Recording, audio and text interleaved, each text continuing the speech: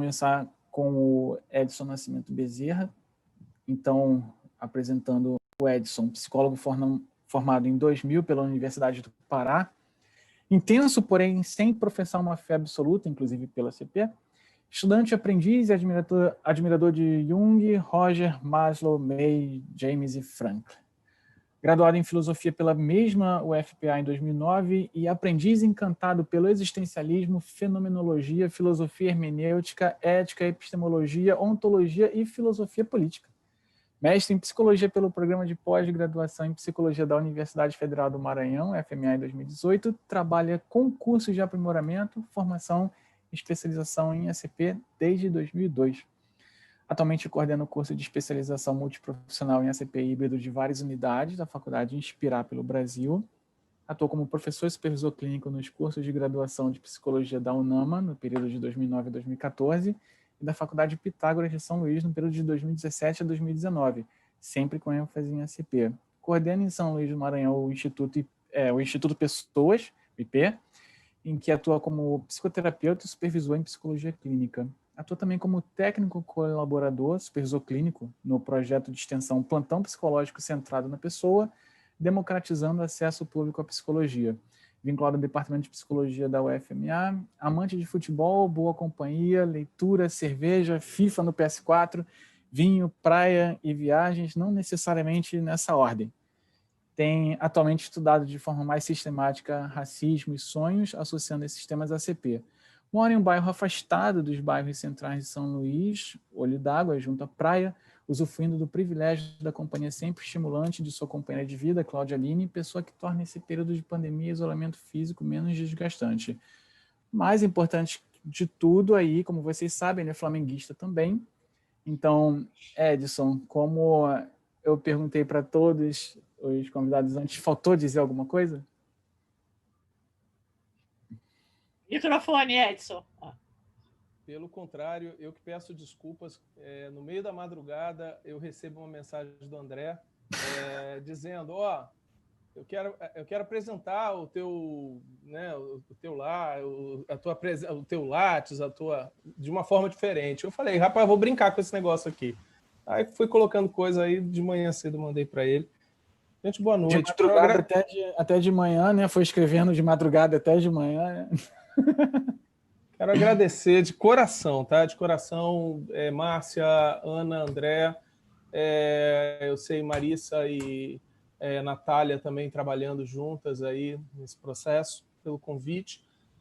Vou tentar ser o mais breve possível, até porque a Ana também vai falar e vai colaborar com certeza com o olhar dela.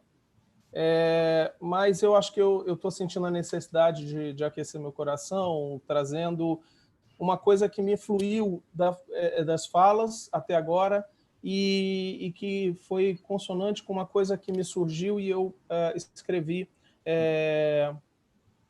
no final da tarde antes de atender. Eu quero ler para vocês rapidinho, antes de aí sim falar sobre o tema em si. Eu publiquei no Instagram e no Facebook. Há 80 anos, em palestra ministrada na Universidade de Minnesota, o psicólogo Carl Hanson Rogers, já um tanto cético quanto aos modelos estabelecidos de atendimento psicológico da época, considerados por ele ineficazes por não favorecerem que a pessoa atendida pudesse participar ativamente do seu processo de mudança pessoal, propôs algo diferente. No entanto, ele próprio, segundo seu relato algumas décadas mais tarde, não tinha ideia do quão impactante se revelava essa proposta. A reação da plateia foi apaixonada. Alguns se entusiasmaram com o que ouviram, mas a maioria, ameaçada em seu status profissional, dentro de uma relação vertical de poder baseado no saber sobre o outro, o acusavam de ser otimista demais. E esse estereótipo acompanhou Rogers e seus seguidores no decorrer desses 80 anos. Serem ou sermos otimistas demais. Considerando que naquele momento de verdadeiro incômodo, há 80 anos, seus detratores estivessem certos, o que significa ou não significa, então, sermos otimistas demais? Não significa sermos superficiais. É possível visualizar de modo otimista, pois derivado de uma disponibilidade genuína a potência do diálogo, tolerância e respeito incondicional, sem abrirmos mão do aprofundamento teórico-metodológico, seguindo o próprio exemplo do velho Rogers. Não significa sermos irrealistas. Podemos construir um otimismo sustentado em relações concretas e efetivas, inclusive de modo crítico e contextualizado, sem estabelecer qualquer modo de dependência e tutela que exclui a capacidade de autonomia e autorregulação do outro, indivíduo ou grupo. Não significa sermos ingênuos, apáticos ou absolutamente bonzinhos. Nosso otimismo se sustenta em relações empáticas, que não significa se confundir com o outro, e na consideração positiva incondicional, que valida absolutamente a diferença e diversidade. Somos otimistas por evidenciarmos a consistência de relações saudáveis e autênticas baseadas na legitimação e coexistência absoluta da pluralidade humana, por mais conflituoso que isso possa ser, sem ingenuidade. Há 80 anos, somos acusados de ser otimistas demais. Não é que acertaram? Basta saber ler, entender e vivenciar. É o tal jeito de ser nosso.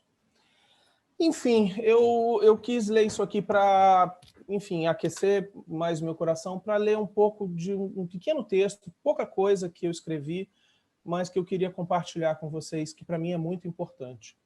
Reflexões sobre a inserção da ACP no espaço acadêmico brasileiro, importância e desafio. Esse texto eu vou compartilhar depois, já compartilhei com a Márcia, que depois compartilha com vocês. Tal qual uma árvore, a ACP brasileira possui diferentes aspectos que se relacionam a ela, seja oferecendo condições para sua existência, intrínsecos à sua própria Constituição e derivados de sua produtividade. Esse texto pretende explorar um desses aspectos, sua inserção no espaço acadêmico brasileiro. Justificamos a relevância dessa reflexão em Rogers. Em um de seus últimos textos publicados em vida, em 1986, o autor refletiu sobre o que entendia ser o essencial para o desenvolvimento futuro da ACP. Estar presente e consistentemente bem representada no contexto acadêmico. Inicialmente, e mobilizado pela chamada de atenção de Rogers, constato que atualmente a abordagem, ainda que sustente alguns projetos de ensino, pesquisa e extensão muito potentes, é uma árvore pouco comum no bosque do meio acadêmico brasileiro.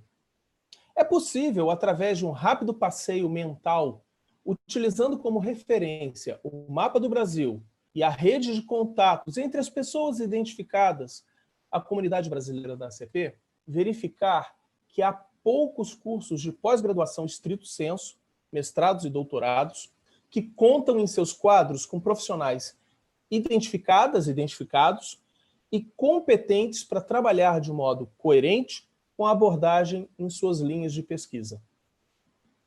Existe, de certo, um número um pouco maior de docentes em cursos de graduação, normalmente de psicologia, nas faculdades, centros universitários e universidades brasileiras. Mas aqui se apresenta um outro aspecto característico dessa situação, até hoje. A ausência de disciplinas e ou estágios especificamente voltados para o desenvolvimento de habilidades e competências teórico-práticas em ACP, dentre os componentes curriculares dos cursos. Nesse caso, falta a oportunidade de um maior aprofundamento teórico, indo além do contato com alguns capítulos de Tornar-se Pessoa e de alguns conceitos, como a tendência atualizante e as atitudes facilitadoras, por exemplo. E também a falta do acesso à experiência vivencial, tão valorizada pela abordagem, de forma que o legado de Rogers, muitas vezes, se resume no máximo algumas poucas aulas em uma disciplina abrangente, envolvendo teorias de base humanista, existencial e ou fenomenológica. Parece, nesse sentido, que as impressões de Rogers, nesse texto que eu citei, cabem em nossa realidade atual, Fala do Rogers. Sinto que nas universidades estamos subrepresentados, muito mal compreendidos e erroneamente considerados como superficiais. Em virtude desse contexto atual, com poucas exceções, o fortalecimento das raízes e do tronco de nossas árvores tem dependido muito mais de cursos de aprimoramento, extensão, formação, especialização, oferecidos através de importantes iniciativas muito valorosas, mas apartadas dos cursos de graduação em psicologia. Essa constatação estabelece um temerário distanciamento desse contexto em que comumente ocorrem as primeiras semeaduras relacionadas à apresentação das abordagens psicológicas às profissionais ou aos profissionais em formação. Por outro lado, ainda que o processo de aprendizagem valorizada pela ACP seja eminentemente experiencial, separar ou desvalorizar o exercício intelectual crítico e mais aprofundado, decorrente da produção de conhecimento proveniente de processos de pesquisa e extensão do meio acadêmico, da experiência integral do sujeito ou dos sujeitos, tem fragilizado nossos frutos, tornando-os exclusivamente vivenciais, como se a riqueza do legado de Rogers pudesse se resumir à experiencialidade avessa a qualquer pensar reflexivo sobre essa experiencialidade. Nesse caso, precisamos nos remeter à própria história da ACP, para relembrar que, a sua maior referência, Carl Rogers, apesar de não considerar essa uma questão central em sua biografia, se destacou por ter sido um dos grandes pesquisadores acadêmicos da psicologia norte-americana no decorrer do século passado. Além disso, explicitou a complementaridade e troca permanente entre as dimensões experiencial e intelectual na constituição da abordagem. Estou tomando aqui a iniciativa de não ficar fazendo menção às referências que eu estou sustentando esse texto. Aí depois o pessoal que for ler vai ver isso. Assim, tais sementes necessitam prover de frutos saudáveis, presentes ou não, dentro do meio acadêmico. É um ciclo de retroalimentação em que novas e saudáveis árvores requerem condições adequadas para se estabelecerem em novas e desafiadoras condições ambientais dos novos tempos. Não temos o direito de estagnar nossas ideias e práticas em uma mera repetição de conceitos e noções formuladas há mais de meio século atrás, em outro terreno e sob outras demandas ambientais, na expectativa que nossas respostas continuem sendo efetivas, como foram em priscas eras. Nesse sentido, entendo ser importante, nesse momento de celebração, resgatar algumas reflexões de Castelo Branco e Cirino sobre a recepção e circulação da ACP no Brasil. Em primeiro lugar, os autores demonstram a presença da abordagem no contexto acadêmico brasileiro desde a chamada fase formulada por Tassinari e Portela, pré-história da ACP no Brasil. Então, sem desconsiderar a possível analogia da presença do legado de Rogers no meio acadêmico brasileiro, desculpe, deixa eu retornar esse trecho. Então, sem desconsiderar a possível analogia da presença do legado de Rogers no meio acadêmico brasileiro como um fruto da árvore da ACP em terras brasílias, arrisco afirmar que o meio acadêmico brasileiro também se articula como uma espécie de solo histórico para o seu estabelecimento por aqui. Destacamos, referente ao período citado, as contribuições de Mariana Alvim, Ruth Schiffer, Henrique Justo, Lúcio Flávio Campos e Oswaldo de Barros Santos, dentre outras e outros. Foi nesse solo, inclusive, que surgiu, arrisco dizer, a flor mais admirada nacional e internacionalmente da ACP brasileira, o plantão psicológico.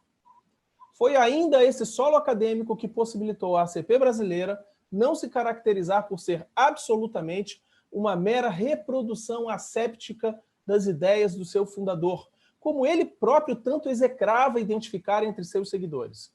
Apesar do sério problema relacionado à escassez das traduções e publicações das obras de Rogers no Brasil, é importante ressaltar os trabalhos de Raquel Rosenberg, John Wood, Mauro Amatuzzi, Virgínia Moreira, Adriana Holanda, Vera Cury, Márcia Tassinari, Sônia Guzmão, Miguel Mafude, Elias Boinaim, Francisco Cavalcante Júnior, Emanuel Meirelles e Paulo Coelho Castelo Branco, dentre outras e outros, como produções que estabelecem a potência e fertilidade da ACP brasileira, para além de uma repetição bitolada da teoria rogeriana, perante as demandas dessa terceira década do século XXI. Assim, além de se lembrarmos os 80 anos da ACP, o convite que o espírito de nossos tempos nos faz é pensar sobre a qualidade do fruto que queremos produzir para os próximos 80 anos. Nesse sentido, Rojas é enfático ao afirmar, naquele texto do final de sua vida, só há uma maneira na qual a abordagem centrada na pessoa pode evitar se tornar limitada, dogmática e restritiva. É através de estudos, simultaneamente, sagazes e sonhadores, que abram novas perspectivas, tragam novas compreensões, se desafiem novas hipóteses, enriqueça nossa teoria, expanda nosso conhecimento e nos comprometa mais profundamente na compreensão dos fenômenos da transformação humana. Sem desmerecer outros frutos e outros solos de germinação para além do espaço acadêmico, que, reitero, são fundamentais, precisamos ser um bosque formado por esperanças realistas, encarnadas em biomas mais amplos e holisticamente vinculados.